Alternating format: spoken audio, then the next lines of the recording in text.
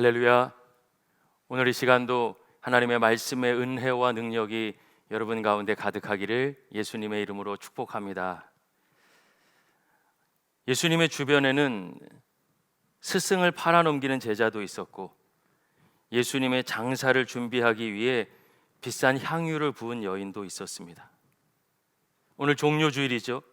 종려나무 가지를 흔들며 환호하던 군중도 있었고, 예수님을 향해 칼날을 품고 있었던 사람들도 있었습니다.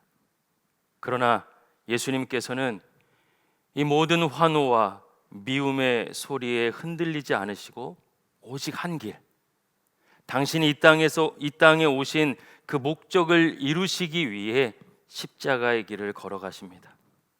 인간으로서는 이해할 수 없는 뜻이죠. 그러나 이 땅에 오신 이유를 완성하시기 위해서 예수님께서는 미움과 멸시를 감당하시고 묵묵히 십자가를 향해 걸어가십니다. 많은 경우 신앙생활 하다 보면 십자가 죽음을 우연으로 생각하시는 분들을 볼 수 있습니다. 어려운 가운데 또 상황이 뭔가 밀려서 예수님께서 십자가에 끌려가셨다. 예수님의 슬픔, 예수님의 십자가의 아픔을 슬픔으로만 바라보면서 십자가 죽음을 힘이 없어서 죽으셨다라고 생각하기도 합니다. 그러나 여러분, 십자가 죽음은 우연히 이루어진 것이 아닙니다. 어쩌다 상황에 밀려 십자가에 달리신 것이 아닙니다. 그것은 하나님 아버지의 작정이시며 아들 예수님의 순종을 통해서 이루어진 하나님의 계획이었습니다. 빌라도는 자기 힘으로 잡았다고 생각했고, 유대 종교 지도자들은 자신들의 음모가 성공했다고 생각했을 수도 있습니다. 그러나 예수님은 그냥 끌려가신 것이 아닙니다. 성경은 만약 하나님께서 허락하지 않으셨다면 예수님이 붙잡히시는 것 자체가 불가능한 일이라고 고백하죠. 전혀 다른 차원의 눈으로, 하나님의 뜻과 계획으로 성경은 증언하고 있습니다. 바로 이것이 우리가 읽고 있는 요한복음의 눈이죠. 요한복음의 시선입니다. 요한복음의 관점입니다. 요한복음 18장 32절 말씀을 제가 한번 읽어보겠습니다. 요한복음 18장 32절의 말씀입니다. 이는 예수께서 자기가 어떠한 죽음으로 죽을 것을 가리켜 하신 말씀을 응하게 하려 함이로라. 아멘. 말씀을 이루기 위함이다. 말씀을 성취하시기 위해서, 하나님의 뜻을 완성시키시기 위해서 그 길을 가셨습니다. 지금 끌려가고 죽어나가는 중이 아닙니다. 오히려 하나님의 말씀을 이루는 중이라고 성경은 분명하게 우리에게 가르쳐주고 있습니다. 우리 신앙은 예수님의 십자가를 떠올리면서 얼마나 아프셨을까, 그 고통 생각하며 슬퍼하는 데 집중하죠. 하지만 성경의 시선은 다릅니다. 성경은 슬픔과 아픔에 집중하는 것이 아니라, 고통이 아니라 예수님께서 이 땅에 오신 이유, 예수님께서 이 땅에 오신 십자가의 목적에 집중하고 있습니다. 힘이 없어 끌려가시는 것이 아닙니다. 저와 여러분을 향한 하나님의 사랑을 확증하시며 대속의 길, 구원의 길, 진리와 생명의 길을 이루시기 위해서 주님은 묵묵히 그 길을 감당하며 걸어가신 줄로 믿습니다. 오늘 본문 17절 보면은요, 예수님께서 이제 십자가에 달리셨죠. 그 언덕은 히브리 말로 골고다, 라틴어로 갈보리입니다. 죽음의 언덕입니다. 거기서 십자가에 못 박히시는데 나사렛 예수 유대인의 왕이라는 죄패를 붙입니다. 유대인들은 자칭 유대인의 왕이라고 쓰라고 하죠. 빌라도는 자기가 쓸 것을 썼다고 합니다. 그러나 이 패를 잘 보십시오. 하나님의 손길, 하나님의 역설, 하나님의 섭리를 볼 수 있습니다. 모두 세 가지의 언어로 쓰여져 있습니다. 먼저 신앙의 언어 히브리어죠. 정치적인 힘의 언어 로마어, 그리고 문학과 철학을 상징하는 헬라어로 쓰여져 있습니다. 요한복음 기자는 하나님의 섭리를 증언하고 있는 것입니다. 자신들의 유익을 위해서 예수님을 죽이고 또 모욕하듯이 유대인의 왕이라고 죄패를 걸었는데, 성경은 그 모든 행동이 온 세상을 대표하는 언어로 예수님만이 이 땅의 왕이심을 선포하고 있는 것입니다. 사도 요한은 이것을 죽음의 길로 표현하고 있지 않습니다. 주님은 가시관을 쓰시고 자색 옷을 입으신 후 명패를 달아 온 인류를 구원하시는 구원의 왕, 왕의 대관식으로 표현하고 있습니다. 세상의 권력과 논리로 상상할 수 없는 하나님의 구원의 역사를 증언하고 있죠. 사랑하는 여러분, 예수께서 왕 되심을 증언하고 있고 선포하고 있습니다. 어떤 왕이십니까? 로마와 같은 힘의 왕, 종교 지도자들처럼 사람들의 눈을 멀게 하고 자기의 유익을 얻어내는 왕이 아니라 자신의 몸을 갈갈이 찢겨 나누어주는 섬김의 왕, 생명의 왕 되심을 보여주시는 것이죠. 저는 오늘 요한복음 이 말씀을 묵상하는 가운데 마태복음에서 우리 주님이 하신 말씀이 떠올랐습니다. 마태복음 20장 28절 말씀 우리 한번 같이 찾아볼까요? 신약성경 마태복음 20장 28절의 말씀입니다.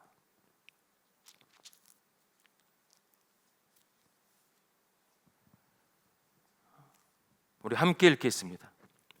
인자가 온 것은 섬김을 받으려 함이 아니라 도리어 섬기려 하고 자기 목숨을 많은 사람의 대속물로 주려 함이니라. 아멘. 우리 주님이 이 땅에 오신 이유는, 목적은 섬김을 받으러 온 것이 아니라는 것이, 세상 왕과 다릅니다. 세상의 논리와 정면으로 대치되죠. 오히려 섬기러 오셨대요. 자기 목숨을 많은 이들을 위한 대속물로 주시기 위해서 이 땅에 오셨다고 분명하게 말씀하셨습니다. 여러분, 이 말씀이 있는 마태복음 20장 20절에서 28절 말씀은 여러분 잘 아시는 장면이에요. 제자 중 야고보와 요한의 어머니가 예수님을 찾아와서 자기 자식들에게 높은 자리를 달라고 요청하죠. 하나는 우편에, 하나는 예수님 우편에, 하나는 왼편에 좌의정과 영의정 자리 달라고 요청합니다. 근데 그 이야기를, 그 장면을 다른 제자들도 듣고 있었어요. 그런데 반응이 어떻습니까? 분을 냅니다. 같은 마음이죠. 모두 그 밥의 그나물이었던 것입니다. 여러분, 인간의 본성을 관통하고 있는 이 이기심이라는 주제에 모든 것을 다해서 나의 유익을 얻으려고 하는 이 주제는 우리가 피할 수 없는 본질이죠. 우리 자신을 위합니다. 높아지기를 원합니다. 계속해서 나를 추구하며 살아가죠. 주님을 십자가에 못 박은 유대 종교 지도자들이나 빌라도가 아니라 주님 그렇게 사랑하시고 주님을 위해 생명을 걸겠다고 했던 제자들을 보아도 발견할 수 있습니다. 우리를 보면 얼마나 더 심하겠습니까? 그때 예수님께서 제자들에게 이렇게 물으시죠. 내가 마시는 잔을 너희가 마실 수 있겠느냐? 사실 예수님께서 하시는 말씀이 무엇인지 모르니까 주님 마시는 거 그저 자기들이 생각하는 대로 달콤하고 유익된다 생각하니까 덥석 받아 물어서 네, 그렇게 하겠습니다 라고 대답했습니다. 그러나 예수님의 잔은요, 십자가의 잔, 죽음의 잔, 섬김의 잔, 생명을 내어주는 잔인 것이죠. 예수님께서 이 땅에 오신 목적이 낮아지고 섬기고 목숨을 내어주는 것이는데 그 잔을 받아 마시겠느냐? 여러분, 전혀 다른 수준의 말씀을 하시는 거예요.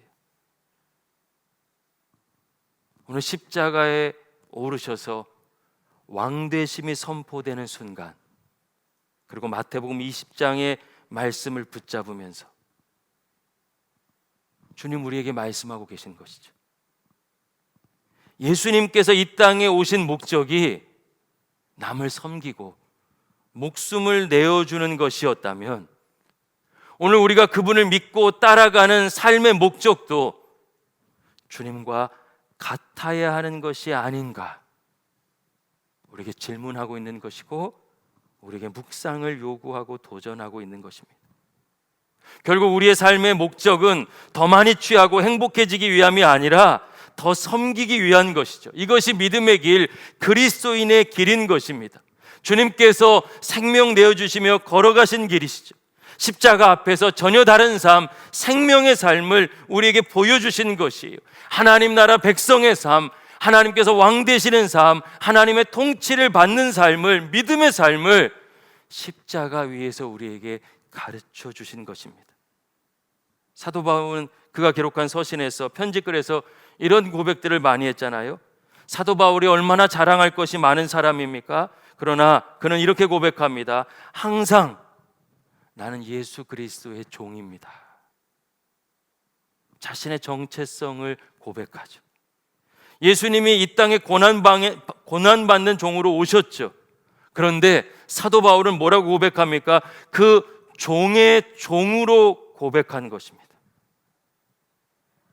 자신의 정체성을 종으로 오신 예수님의 종이라고 말하는 것이, 그것이 그의 삶의 이유였습니다.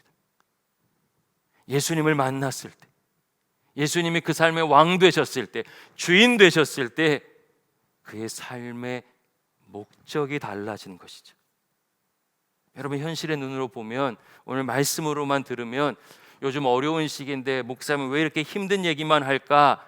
여러분, 그런 의구심이 드실 수도 있겠지만, 기록된 성경을 통해서 또 예수 그리스도의 십자가 죽음과 부활의 권세를 아는 우리는 그 삶이 얼마나 풍성한 은혜로 채워졌는지 이미 알고 있습니다. 고백할 수밖에 없죠. 사랑하는 여러분, 오늘 이 시간 이 말씀을 붙잡으면서 선포하고 싶습니다. 우리가 그리스도인으로 살아간다는 것은 이기적으로 살아가는 것을 정면으로 도전하는 것입니다. 저와 여러분이 믿음을 가질수록 나를 내려놓고 주님을 닮아가는 여정을 시작하는 것입니다. 이기적인 삶은 그대로 두고서, 나만 위하는 삶은 그대로 두고서 하나님을 믿는 믿음까지 활용하려고 한다면, 여러분, 오늘날의 모습처럼 교회는 세상에서도 비웃음 당할 수밖에 없습니다. 그러나 반대로 우리가 그 이기심의 장벽을 넘어서게 될 때, 오늘 주님의 모습을 내 삶의 목적으로 받아들이게 될 때, 그래서 하나님을 위하고 이웃을 위하며 섬기며 살아갈 때 세상은 놀랄 수밖에 없고 믿음에 대한 호기심을 넘어서 살아계신 하나님의 영광을 보게 될 것이라고 믿습니다. 할렐루야. 여러분, 예수 그리스도의 십자가를 알고 희생을 알기에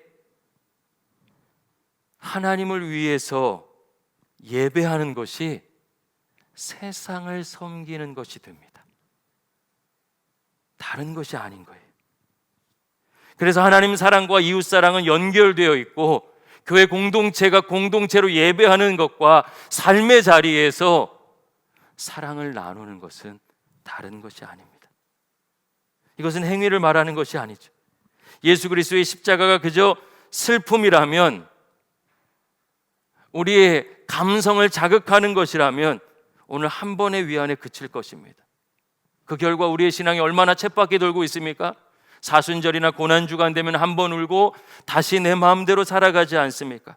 그러나 이 말씀이 나에게 진리되고 우리 예수 그리스도께서 나의 왕 되신 것이 분명하다면, 나사렛 예수, 유대인의 왕이라는 것이 내 삶의 왕 되심이 분명하다면, 우리는 주님을 따라가며 세상이 줄 수 없는 진짜 부유함을 누리게 될 줄로 믿습니다. 여러분, 이것이 영적인 싸움이죠.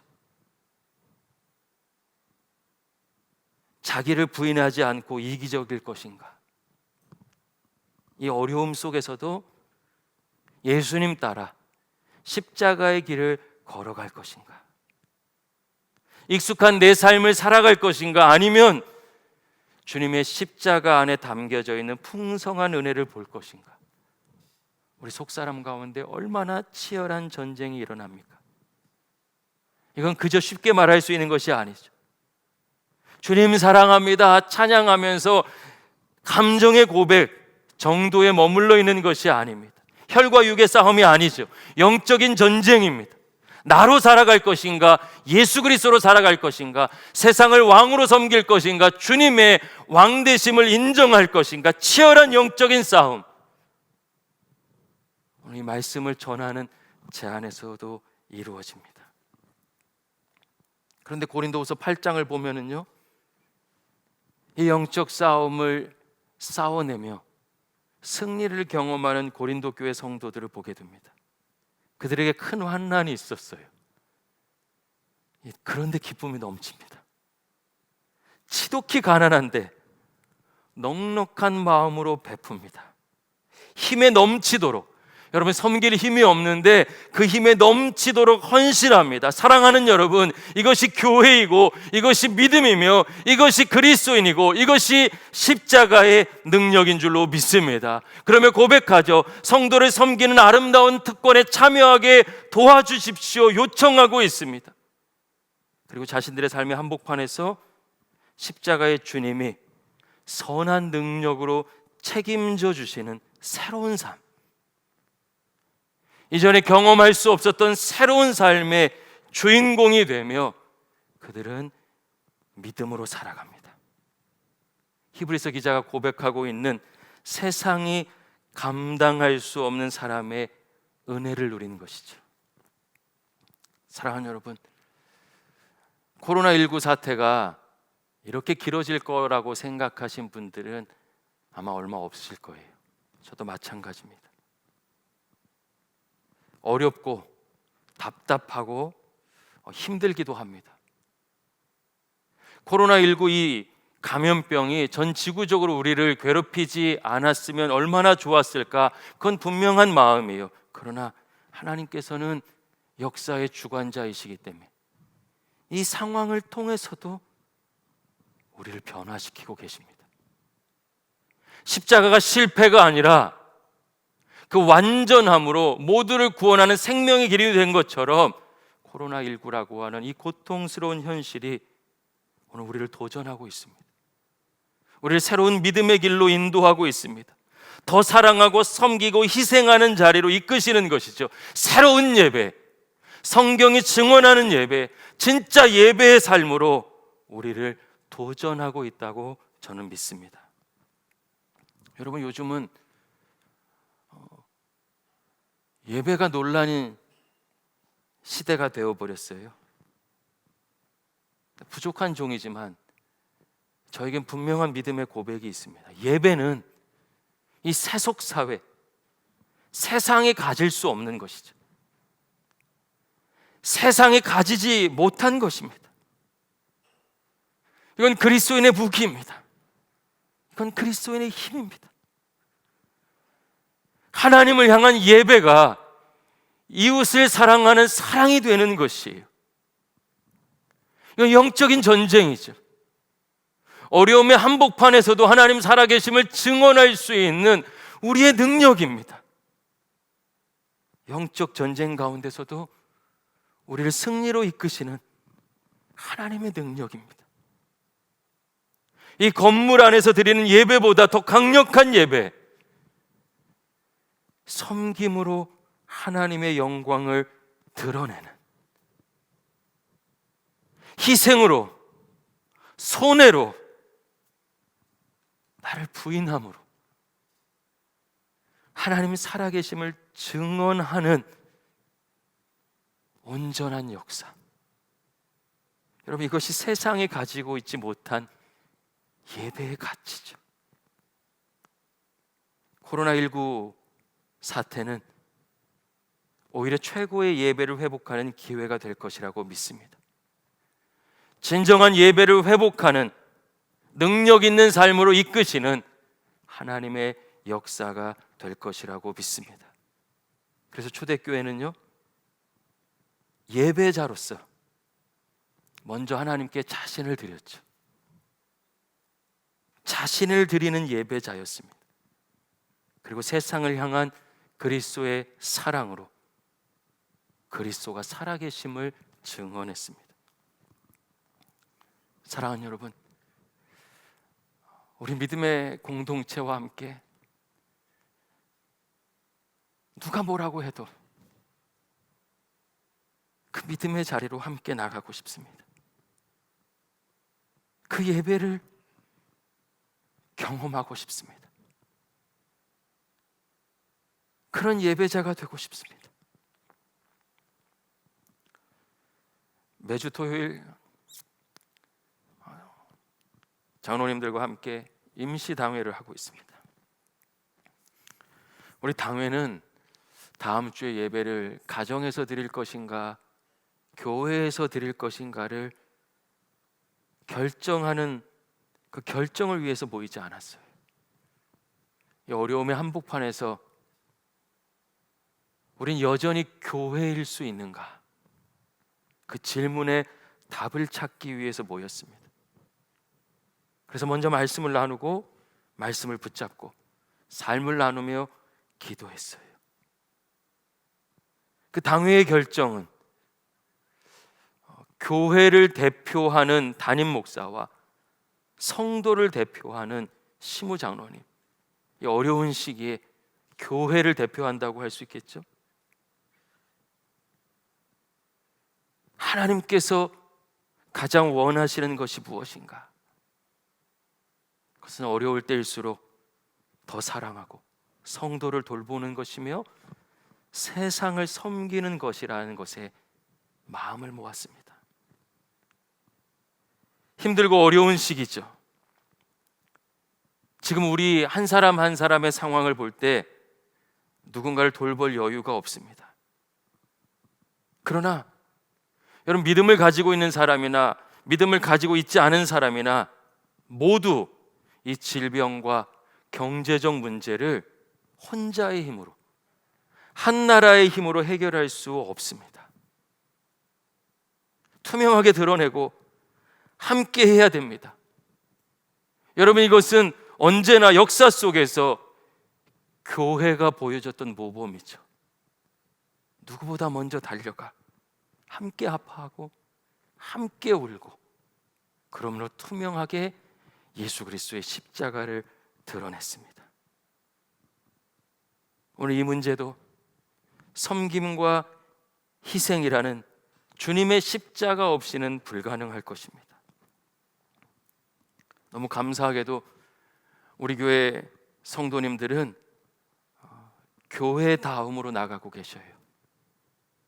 십자가를 살아내고 계십니다. 함께 마음을 모아서 기도하는 가운데 여러분, 비전 헌금을 통해서 우리는 먼저 대구 경북 지역을 도왔습니다. 또 많은 오이코스들이 이 어려운 가운데서도 마스크를 모으고 있어요. 더 감사한 것은 우리 청년들 가운데는 각자 집에서 면 마스크를 만들어서 섬기겠다는 이야기도 나오고 있습니다. 여러분, 코로나19의 질병이 전 세계를 장악한 이 현실 속에서도 우린 여전히 교회입니다. 변함없이 예수님께서 걸어가신 그 길을 걸어가고 있습니다. 이제 내일부터 고난주간입니다. 함께 특별 새벽 기도회를 통해서 여러분, 가정에서지만 5시 반 깨우면서 십자가의 길을 걸어가시기 전에 먼저 겟세마네 동산에서 기도하신 것처럼 우리 신세 공동체 모두가 함께 기도하고 싶습니다. 고난주간에 주님의 십자가에 동참하는 마음으로 또한 함께 금식하려고 합니다. 지난 4년 동안도 우리 교회는 이 고난주간 금식 기도하며 금식 헌금을 여러분 전액 지역을 위해서 사용해 왔습니다. 또 강원도에 산불로 어려움이 처했을 때는 전액 강원도에 보내기도 했죠. 우리가 고난에 참여하고 한 끼 금식을 하고 그리고 그것으로 섬겼습니다. 이번엔 어려운 미자립 교회들을 도우려고 합니다. 저는 언론이 이야기하는 것 가운데 정말 동의할 수 없는 것이 있어요. 교회가 헌금 때문에 교회당에서 예배하려 한다는 것이죠. 만약 그랬다면 저의 믿음으로는 아마 그런 마음이었다면 목회의 자리에 서지 않았을 제가 사랑하고 존경하는 목사님들이 너무 많습니다.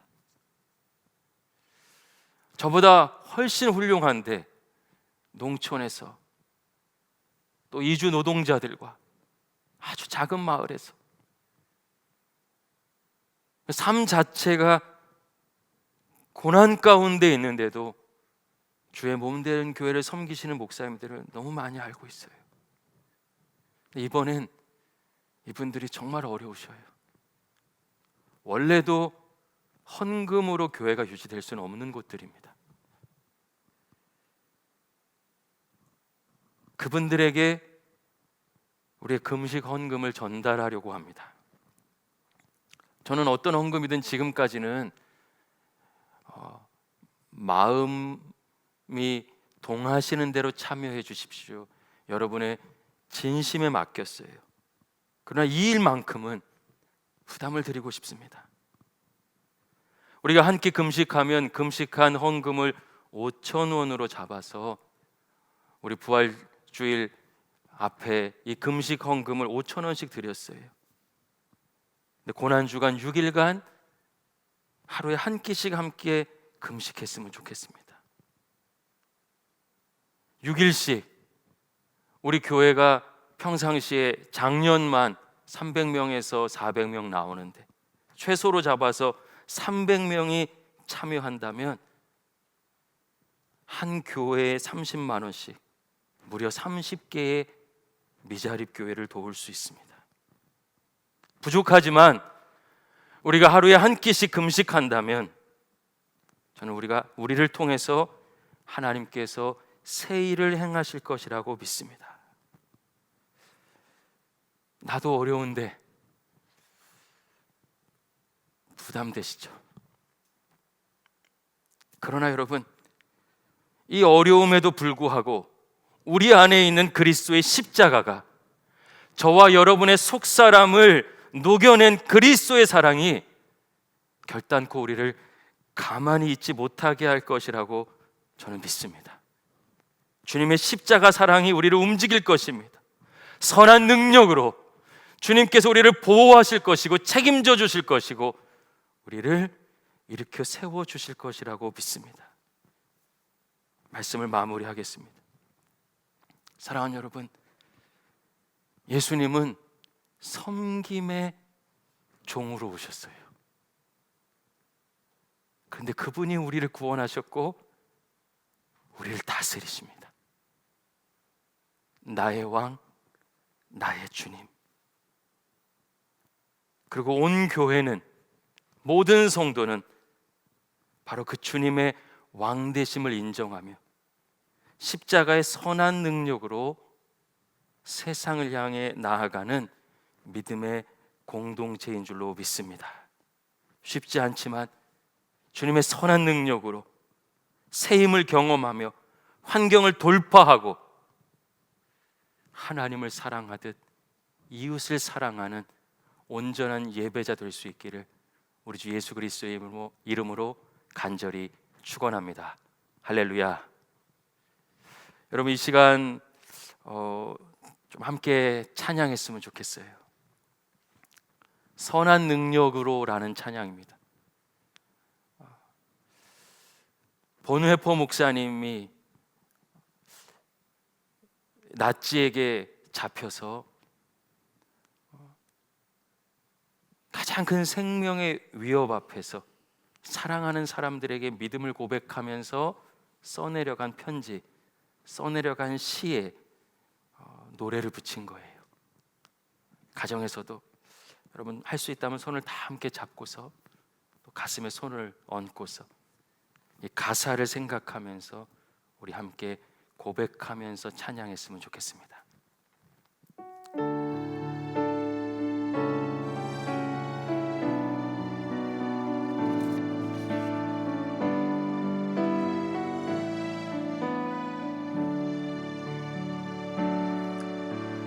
선한 힘에 고요히 감싸여 그 놀라운 평화를 누리며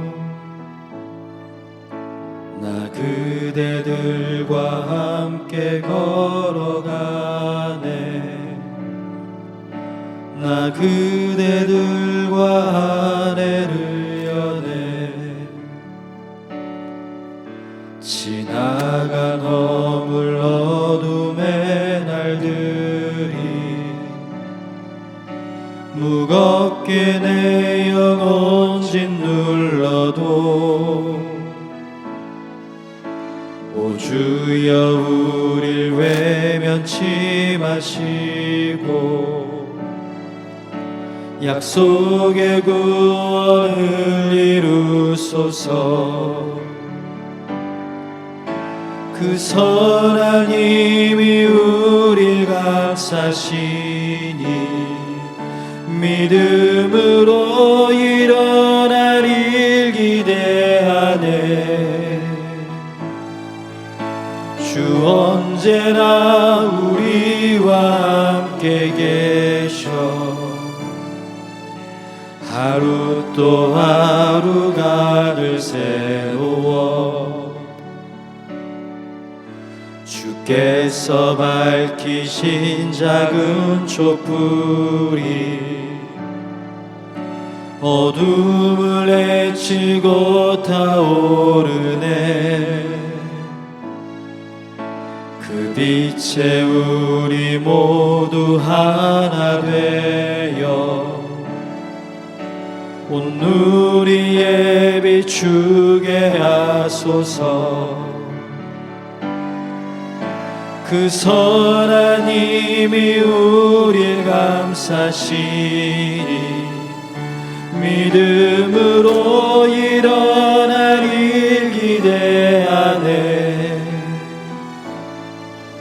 주 언제나 우리와 함께 계셔 하루 또 하루가 늘 새로워. 이 고요함이 깊이 번져갈 때 저 가슴 벅찬 노래 들리네. 다시 하나가 되게 이끄소서. 당신의 빛이 빛나는 이 밤 그 선한 힘이 우릴 감싸시니 믿음으로 일어나릴 기대하네. 주 언제나 우리와 함께 계셔 하루 또 하루가 늘 새로워.